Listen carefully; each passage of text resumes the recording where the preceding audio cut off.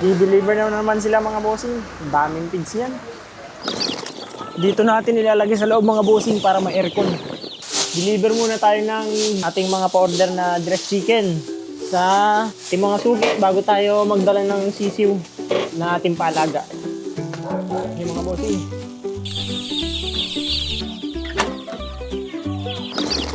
Dito natin nilalagay sa loob mga bossing para ma-aircon. Kasi medyo mainit na.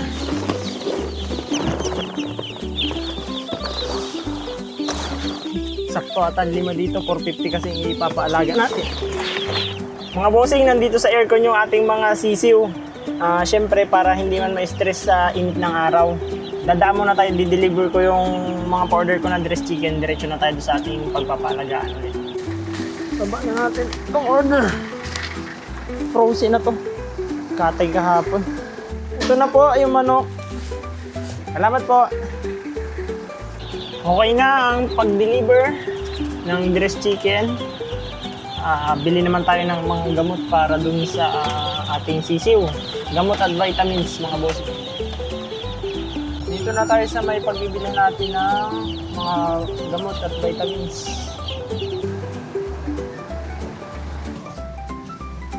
Kaya, dextrose, aquadox, at meron ka ng amoxicillin. Ako na mga bossing. Feeds naman mga bossing.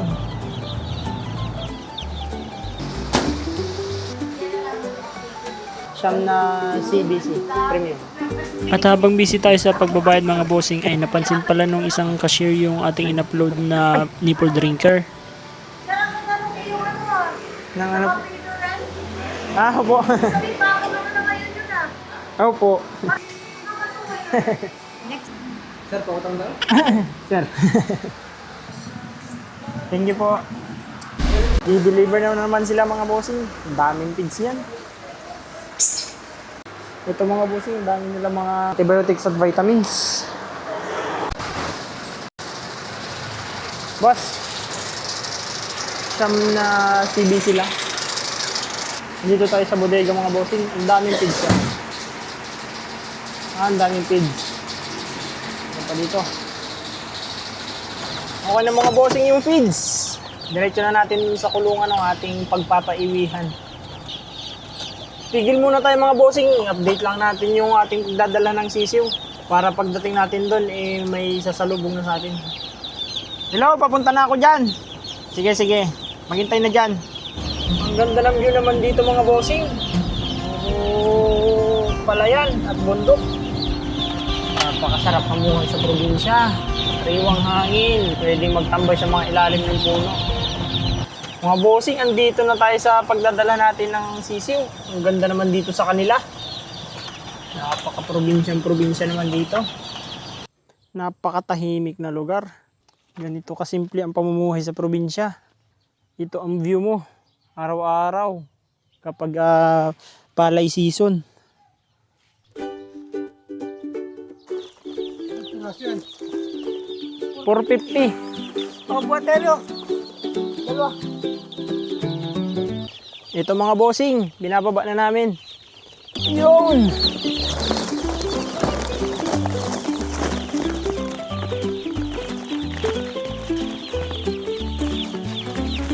Naka-ready na yung broderan yan. Oo, ready na natin.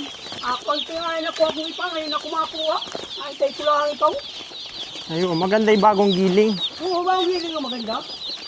Ayos na mga bossing, tingnan nyo naman, kulong na kulong. Ganyan dapat pag may bagong padating na sisiw. Oh, wow, talaga naman balot na balot mga boss. Yun, sinaksak na ang ilaw. Ang painit. Tingnan nyo naman mga bossing, ganito kaganda ang setup. Ang ganda ng kanilang broderan. Bibilangin lang nila to para ma-check kung ilang piraso. Naganda ng sisiw natin mga bossing. Ang lalaki agad. Naku mga bossing, yung isa natin ay may prolapse. Yung lumabas yung kanyang bituka. Pero kasama talaga yan sa ating hanapbuhay. Maganda-ganda ang kinita natin nung nakaraan. Sana ganun ulit. Ganyan talaga minsan ang sisiw. Malalaki. Tapos minsan naman halos lahat ng supplier maliliit. Okay mga bossing, naibaba na namin lahat. Bali 450 pieces ito. Sana tumama sa magandang presyo. Yun, sabay ibababa yung trapal dito sa loob mga bossing. Kailangan may trapal dito sa loob. Para yung init niya ay nandun lang sa loob, di man makalabas. Kanya-kanyang diskarte lang talaga ng mga racer. Sabihin mo sa ating mga viewers, anong nagawa mo? Ito po ang nagawa nating patay na ng sisiyo pagdating. Yan, at tanggalin natin ito. Yan. Kasi ito yung ukikin natin dito ay pag ganyan. Yun. Yan, ganyan. Lalagyan na natin sa loob. Yun pala, nakakuha na naman kayo ng technique mga bossing. Yan ang nagawa ko, di ako nagalagay ng pakainan. Hindi daw po nagalagay ng pakainan kasi mga sisiw pa no. Mm. Atangan muna natin si Eric mga bossing. Bago tayo umalis. Ilalakaran pa tayo eh. Yung vitamins. Okay. Thank you. Salamat.